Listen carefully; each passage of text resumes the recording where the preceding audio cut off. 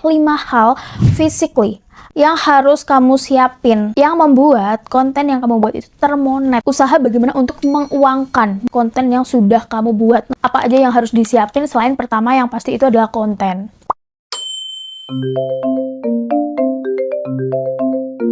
Welcome back to my YouTube channel. Bersama aku di Call It Branding. Jadi kenalin, aku Dinia, seorang sosial media spesialis yang sudah pernah menghandle brand, perusahaan, BUMN, influencer, dan masih banyak lagi yang di sini aku mau sharing sedikit aja ilmu ya yang tidak disepil di kelas-kelas lain. So kalau kamu mau informasi seputar strategi bikin konten biar konten kamu lebih level up brandingnya, kamu harus subscribe karena materi di sini gratis dan pasti tidak ada di kelas-kelas berbayar lain. Oke, so yang mau kita bahas kali ini itu adalah 5 hal yang harus kamu siapin kalau kamu mau memonetisasi konten kamu. Jadi memonetisasi itu adalah bagaimana caranya membuat konten yang kamu buat itu paid atau dibayar atau berbayar atau menghasilkan uang. Jadi hari ini aku nggak mau membahas tips-tips yang kayak harus kreatif lah, harus konsisten dan lain sebagainya. Aku nggak akan membahas hal yang seperti itu. Jadi yang akan aku bahas itu adalah 5 hal physically yang harus kamu siapin yang membuat konten yang kamu buat itu termonet. Usaha bagaimana untuk menguangkan konten yang sudah kamu buat. Apa aja yang harus disiapin selain pertama yang pasti itu adalah konten. Dan aku juga mau ngasih tahu step bagaimana caranya agar konten itu termonetisasi. Mungkin salah satunya affiliate yang kalian tahu, tapi aku mau ngasih tahu cara-cara lainnya juga. So make sure kalian nonton sampai akhir karena tips yang paling gong itu selalu ada di akhir pastinya. Jangan sampai skip ya nonton pelajaran ibu guru kali ini ya. Ini akan dijelaskan sesingkat-singkat mungkin karena aku nggak suka sesuatu yang muluk-muluk. Oke, yang pertama yang pastinya adalah red card. Jadi bagaimana caranya kamu bisa menghargai diri kamu, usaha kamu, konsep kamu, dan lain sebagainya. Itu ada di red card. Jadi gimana sih Kak caranya kalau misal followers kita masih sedikit? Biasanya brand-brand itu akan mencari akun-akun yang followersnya itu paling nggak 1000-an ke atas. Tapi kalau kamu berpotensi viral atau bagus itu maka akan lebih baik. Biasanya yang paling dicari adalah sesuatu yang relate sama brandnya dia atau image-nya dia. Jadi misal aku punya brand abaya, otomatis aku nggak akan mengendorse orang yang niche-nya itu kebanyakan make up nunjukin muka. Atau aku nggak akan mau memilih konten kreator yang dia itu niche-nya ya fashion, cuman dia itu outfitnya lebih ke skena. Karena apa? Karena aku jualan abaya. Nah, contohnya seperti itu. Maka red card itu harus didampingi dengan niche yang pas. Oke? Cara menghargai red card itu seperti apa? Itu tergantung kamu itu kualitas kontennya seperti apa, insight-nya seberapa. Maka penting bagi brand itu kadang itu menanyakan insight kamu atau paling nggak itu udah dilihat gitu loh. Dari penontonnya berapa, insight-nya berapa, kerkunya berapa. Banyak akun affiliate itu kadang followersnya sedikit atau nggak nampilin muka, tapi dia GMV-nya bagus karena hook-nya bagus mungkin, atau karena dia sudah bisa merayu algoritma. Red card itu rumusnya adalah bagaimana effort kamu, modal kamu kayak lighting, atau kamu harus visit misalkan, atau mungkin produk ini tuh harus kamu coba di kulit kamu langsung, atau mungkin produk ini tuh yang membutuhkan kamu harus ada akomodasi keluar ke kafe atau dan lain sebagainya. Itu harus kamu hitung di situnya dan tenaga kamu itu berapa. Jadi yang dilihat itu bukan kayak random aja deh red card aku mungkin 500.000. Nah 500.000 itu harus bisa kamu rincikan. That's why dalam red card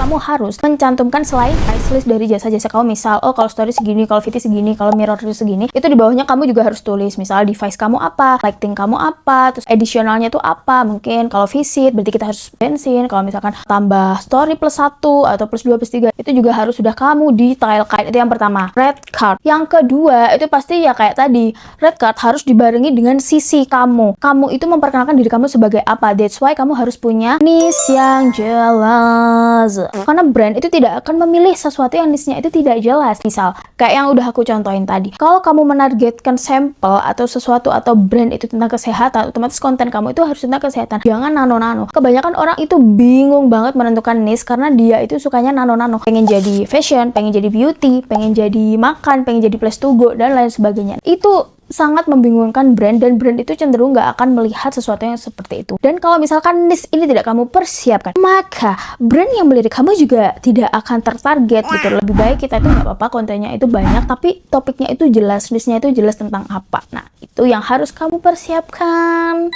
Terus yang ketiga itu ada konten pilar. Percuma kamu konsisten, tapi kalau tidak ada tools atau sesuatu yang menjadikan kamu konsisten, itu maka akan kesulitan. Konten pilar itu apa? Konten pilar itu adalah jadwal yang kamu buat ada beberapa konten pilar. Misal, oh aku kontennya edukasi, berarti ada beberapa konten pilar yang udah aku pilih. Misal edukasi, terus membahas isu, terus habis itu ngajak challenge. Nah itu terserah kamu, yang penting itu konten pilar selama 1 minggu. Kamu harus ngapain, kamu mau membahas apa, itu kamu tulis di situ. Mungkin agak membingungkan ya, karena aku biasanya nulisnya itu cuma di WhatsApp. Nah kamu ubah kebiasaan itu, kamu buat kayak spreadsheet. Di situ harus ada konten pilarnya apa. Konten pilar itu kamu cari turunannya, misal kayak tadi edukasi. Nah edukasi kan ada banyak, how to ini, how to ini, how to ini. Kamu buat setiap minggu, kamu beda.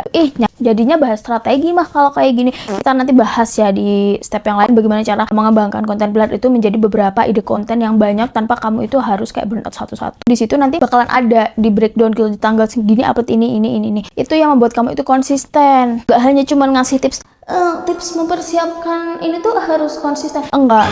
Yang penting itu yaitu tadi konten pilarnya. Kalau misalkan kamu kesusahan nih, aku sebenarnya udah jualan juga konten pilar. Kamu bisa klik linknya di bawah. Di situ konten pilarnya udah lengkap, udah otomatis, udah terautoris gitu. Antara tanggalnya, idenya. Jadi kamu tinggal nulis, nanti langsung kayak ada kalendernya gitu. Di situ bakalan ada sesuatu yang udah kamu tulis di awal tadi, ide-idenya. Gitu. Kalau misalkan kamu ngerasa kesusahan. Terus yang keempat yang harus kamu siapkan untuk memonetisasi itu adalah template chill. Kamu jangan harus menunggu brand, tapi kamu harus menjemput bolanya. Menjemput bola itu caranya seperti apa? Nah, aku contohin template chat ya yang aku buat agar brand itu nge-reach out kamu. Kadang emang konten kamu tuh nggak lewat di dia, tapi mereka itu butuh tahu kamu. Nah, taunya itu dengan cara seperti apa? Kamu buat template chat. Template chat ini kamu gunakan untuk ngechat semua brand yang dirasa itu niche-nya itu sesuai sama kamu. Tapi nggak boleh ngawur lah ya. Misal kamu tuh niche-nya tuh fashion, tapi kamu ngechat di brandnya pecel lele. Ya nggak bisa. Jadi kamu harus ngechatnya tuh di brand yang fashion yang menurut kamu sesuai banget gitu loh sama kamu. Yang kalian tiru aja contohnya. Intinya yang pertama kamu harus nyebutin nama, niche-mu apa, terus kamu tertarik sama produknya dan kenapa kamu tertarik, dan kamu juga harus kasih beberapa alasan kenapa kamu cocok sama produk itu. Dan nanti kalau misalkan brand itu ngeliat, kamu harus ngasih tahu juga kamu mau ngapain sama produk itu. Tinggal kamu ubah nama brand-brandnya aja, kamu send gitu. Kita tuh nggak hanya menunggu brand untuk ngechat kamu, tapi kamu juga harus memperkenalkan ke brand, oh ini loh aku hidup nih seorang Dinia yang niat banget ngonten tentang hijab, tapi kamu harus menotis aku. Atau kalau misalkan kamu suka live setiap hari, nah kamu harus ngasih tahu ke brand itu, aku suka live loh setiap hari, mungkin kamu bisa kirimin aku beberapa sampel kamu. Nah kayak gitu contohnya. Paham ya sampai di sini anak-anak? Dan kita lanjut kepada satu yang terakhir, yang ini sangat gong sekali. Is it necessary to join an agency? Mungkin kamu kurang familiar sama hal ini, tapi penting nggak sih join ke agensi? Di sini aku akan sedikit mengedukasi tentang agensi. Oke, berarti yang kelima itu yang perlu disiapin adalah join agensi atau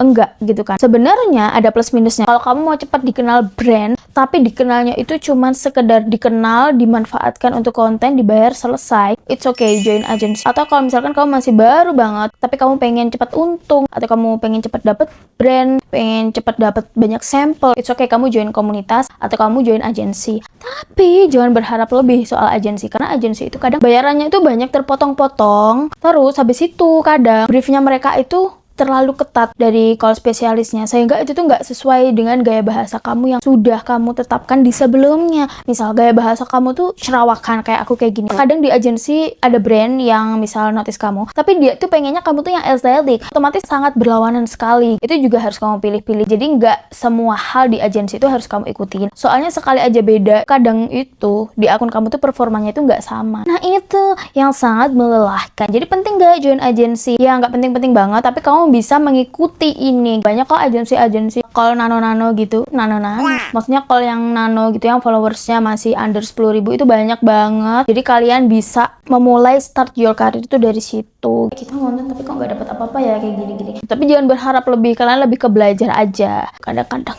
orang di agensi kezam-kezam.